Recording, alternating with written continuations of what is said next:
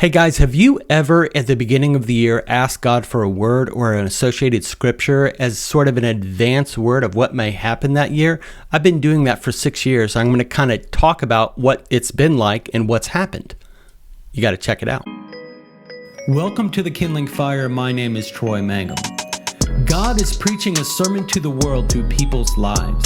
People's experience, history, and testimonies all point to some amazing attribute of God that you too can experience. I interview revolutionaries, fire starters, and troublemakers. This podcast is here to be a voice of encouragement in your life, a voice that says with God you can, and with God you will step into the abundant life. So let's get rolling. Hey everybody, I'm so excited. I got a new mic. I don't know if it makes any difference, but hopefully it does. It's pretty cool. The old mic I've been using was just like old as dirt.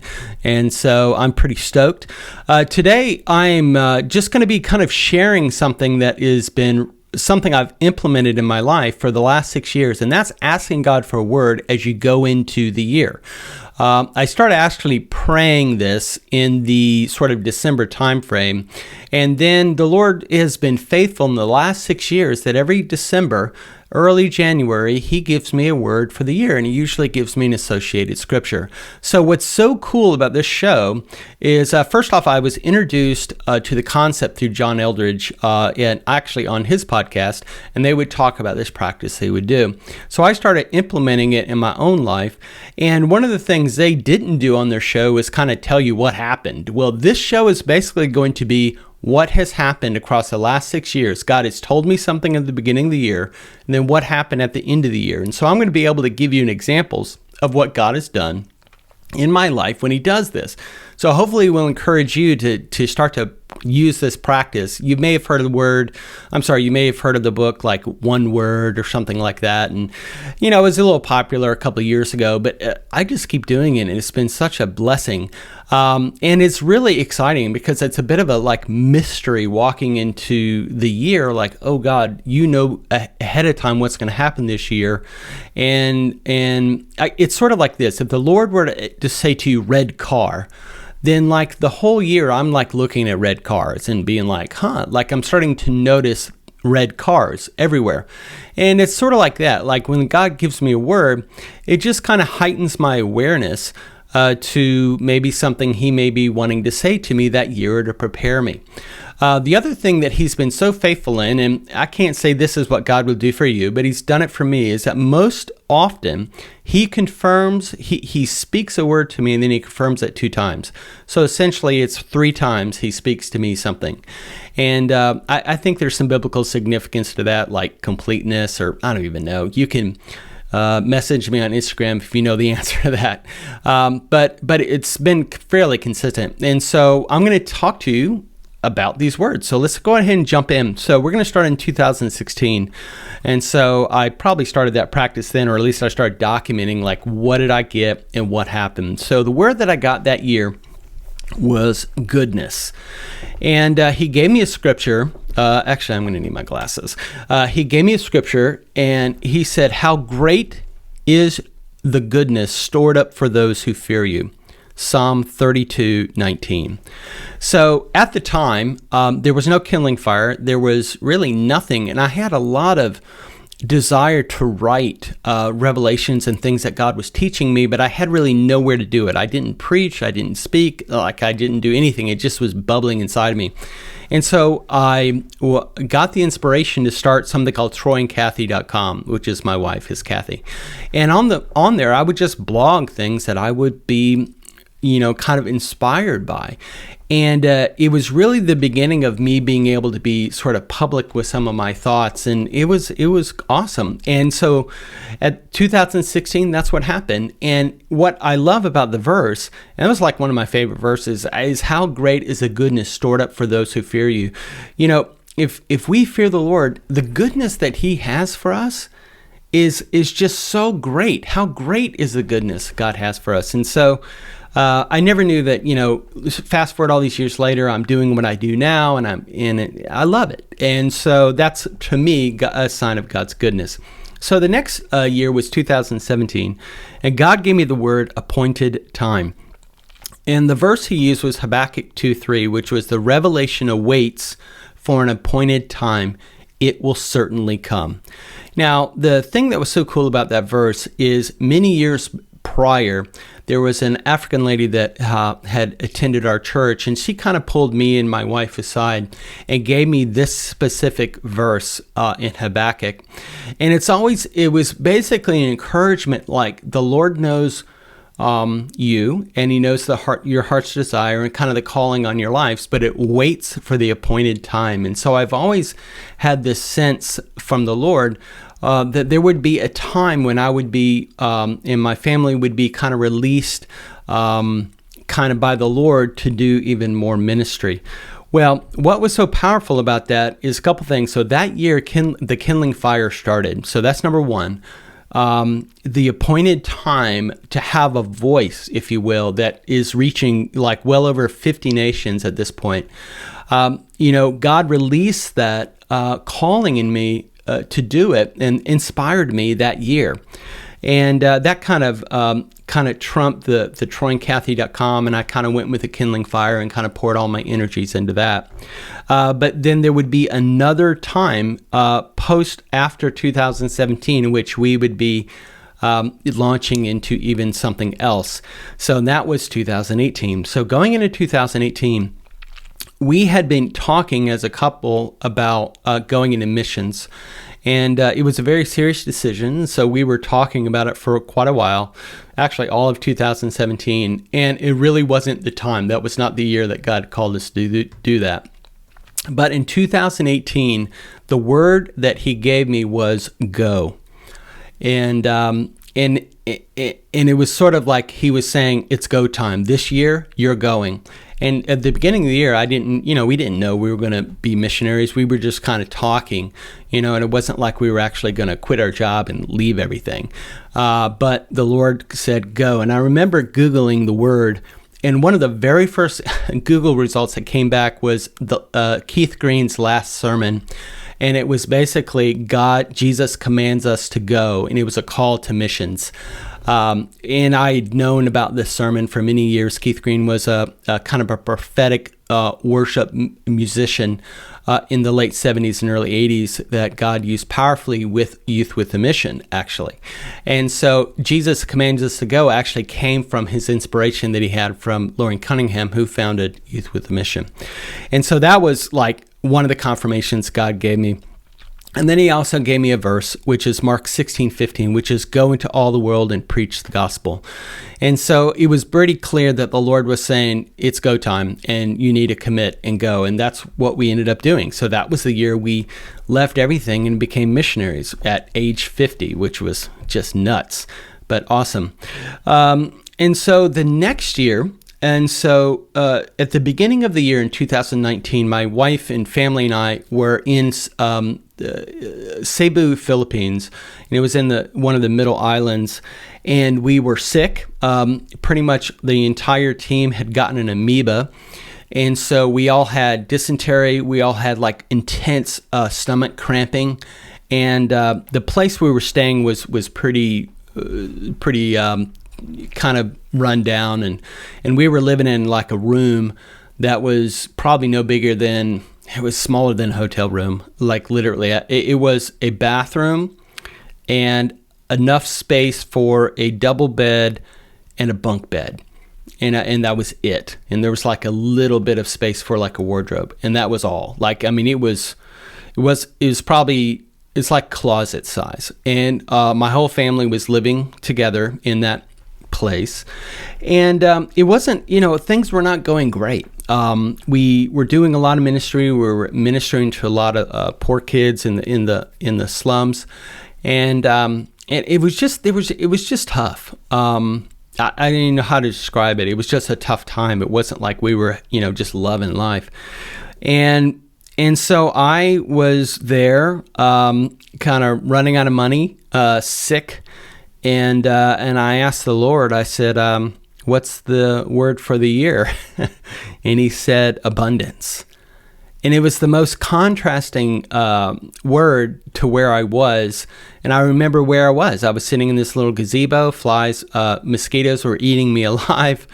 And, and it was just, the whole team and our whole missions team and us as a family, it was just a tough time. And that's what the word was. And then he gave me John 10:10. I have come that you will have life and have it abundantly. So what happened that year? So within weeks of that word, we ended up leading another missions team. We took a subset of the team and we went to a lower island in the Philippines. And the first day we arrived, they threw a dance party. And it was like the happiest, brightest. It was like the light of God was shining on that place, and it was just fun, fun, fun. The people that hosted us were fun. Everybody was in a good mood. God was moving, and it just was such a stark contrast. And all of a sudden, it started to buoy up all of our emotions, and we gotten physically better. And then we started doing ministry, and God started blowing it up. Like, we ended up seeing over 250 salvations on that trip, just with our little team of 4 families. And it was amazing. Like, I can't even tell you what a contrast it was. And that was just within weeks of this word. And when we end up coming back, there were teams with our YWAM outreach that went to Uganda, they went to Mexico, and and there was, our team in the Philippines and then another team in the Philippines. And when we all got back together, like probably 6 weeks later, our testimony was God was amazing. We all had a great time. Like, we had smiles on our faces. It was amazing. And most of the other teams were like not as happy. And I was like, man, God, you've been so good. So then we were, ramping up our mission journey, and I was kind of, really put my hope in that we would become long-term missionaries, and it just wasn't the time. The Lord wasn't doing that. And I get a call like a couple days before we end up leaving Kona, Hawaii to go back home, and it was a call from a job recruiter. And they saw my profile, I guess, and they were hot to hire somebody very quickly, and they thought I kind of fit the bill. So I ended up doing a phone interview in Hawaii, and then I came back and I did another interview, and they hired me within, I think, 10 days. And when I ended up getting and they paid me what I used to get paid, and I remember getting my first paycheck and us running out of money. And it was such an amazing testimony of God's abundance. I can't even describe. It was God's abundance, and so anyway, kind of leaning on that word. This will give you an example of kind of how words can shape you. So that year, the word for me was abundance, and I remember God. I was in that job. I was in that job for about 4 months, and I kind of came to realize, this is not the best fit for me. And it was less than what I used to make. And I remember the Lord, I remember saying, God, you spoke abundance over this year. And so what I ended up doing on faith is I said, Lord, I'm gonna seek to get another job. And I kind of went back to a job that I told him that I wasn't interested in doing. And I kind of humbled myself and said, I'll do it. Like, is it still available? And they're like, yeah. And so in the process of interviewing for that job, there was another job I had no idea about that was a better fit. And they ended up saying, yeah, we think we'd like you for that. And then with faith, I said, when I went into the kind of negotiations for the job, I asked for what I used to make. And so they ended up meeting that. And so it was an abundance. That's the only way I can describe it. And so the Lord was very faithful in that word to me that year. So 2020, the notorious year. So what was the word going into 2020? So the word going into 2020 was focus. And I remember I had a lot of projects going on at that time, kind of work and Kindling fire, and I had the book kind of in process, and there was a lot of stuff going on. And I really thought the Lord was saying, hey, I'm going to guide you to focus on what to prioritize your time on, like which one of these laundry list things do I want you to do? But he shocked me and said, I want you to focus on my face, God's face. instead of like his hand. What are you going to do for me? It was just focus on my face. And that was the year that I got introduced to John Eldredge's Pause app. I've talked about this before. And I actually did a whole show on this focus word called focus. And I learned meditative prayer, and it was for the first time I was just focusing on God's face, and instead of asking him for a lot of things, all I was doing was effectively letting go of things. I let go of everyone and everything to you, and what else do I need to let go of? And all it was just meditating on his presence and his face, and letting go of things. It was an amazing year. And then, COVID hit, and the verse that God gave me for that was, fix your eyes on Jesus, the author and perfecter of your faith, Hebrews 12:2. And I did, man. That was an amazing year for me. I got so close to God that year. It was just incredible, and I absolutely loved it. So I do remember one of the ways that God kind of confirmed that word to me. So I was kind of feeling like the Lord was saying, focus, focus. And I ended up going out with a friend of mine for chicken and waffles. And on the way there, I was driving, and I saw this bumper sticker that just kind of caught my attention that said, Focus Church. And I was like, oh, that's cool. Like, never heard of that. And that's kind of my word. And I just kept driving, didn't think much of it. And then I'm sitting eating chicken and waffles with my friend. And we're just, having a good time, kind of catching up. And on his T-shirt, it says in big, bold letters, Focus Church. And I was like, okay, Lord, I got it, And so that was the way the Lord kind of highlighted and confirmed for me that word that year. And that so I'm going on and on about that. So what about last year? So what was the word for last year? And what did God do? So the word for last year was courage. And he gave me this verse, John 16:33. These things I have spoken to you, so that in me you may have peace, and in this world you will have trouble, but take courage. I have overcome the world. And so how did that play out last year? And so there was a couple things that happened that required courage. Let's start with the podcast. I had quit the podcast in 2020, kind of feeling like maybe the Lord was leading me that way, but I wasn't clear that God was in fact leading me that way.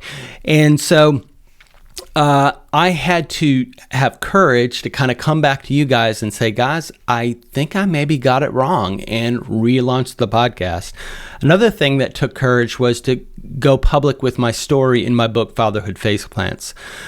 There was a lot of things that had implications for my family and my marriage and my kids, and so there was a lot of courage required there to really launch that. And then I also launched a young men's ministry that took courage. I pulled in all my friends, and we were going to go do something radical, in which we did, and are continuing to do in a lesser way. But in 2021, we were doing these live events for young men with Hochoka men. And then I think the thing that really stood out to me the most about courage in 2021 was I'd been really feeling like, and this is going to be an announcement, that the Lord was leading me to write again. And because Fatherhood Faceplants was my story, it was sort of like I kind of knew that story, right? I lived it. But could I write out of something that God kind of showed me, and it not just all be my own story? And it was very intimidating to me. I just didn't, honestly, I didn't think I could do it. And the Lord just continued to encourage me, like, you need to write. And so I finally it took a lot of courage to write that first word. And by the grace of God, I did. And I've been writing relatively slowly, but I have been writing on that book. The title of the book is going to be Big Shoes, and you will hear more about it in the future. And that's all I'll say now. So hopefully this encouraged you. This year, the Lord has also given me a word, but these are sacred, and I'm not going to share it with you, because I got to kind of live it out this year. But God has been so faithful to not only speak, but confirm it to me a couple times. And I'm doing this podcast to encourage you to say, hey, try this practice in your own life. Ask God to speak to you a word and affirm and a scripture associated with that word, or just a scripture for the year, so that you can be really sensitized to something that, like a theme that he might be doing in that season of your life. It's a fun practice. It doesn't really give you any sort of clarity. honestly. When the word comes, it's not like I've ever known what it meant. I've just been like, okay, and I've kind of accepted it by faith and kind of walked it out and kind of discovered along the way. And then I get to, at the end of the year, kind of look back and be like, oh, that was that about. And that's been so fun, having clarity. Kind of hindsight is 2020, if you will. But take courage, be courageous, try it out, walk by faith, see what happens. It really does become, it kind of makes for a fun year in seeing sort of like how God might be guiding you in that way. So that was it. That was all I wanted to share. I hope you guys have an amazing day. And as always, be awesome. Hey guys, thanks for listening to the podcast. Hey, if you did like it, it would be really helpful if you want to send us a review over on iTunes. That would be really cool. And if you want to connect, go over to Instagram, search Troy Mangum or the Kindling Fire, and we can connect there. And that would be a great way to kind of stay in touch. I am doing a YouTube channel, so we do video formats of these podcasts, and we'd love to have you look there. Okay, guys, until next time, be awesome.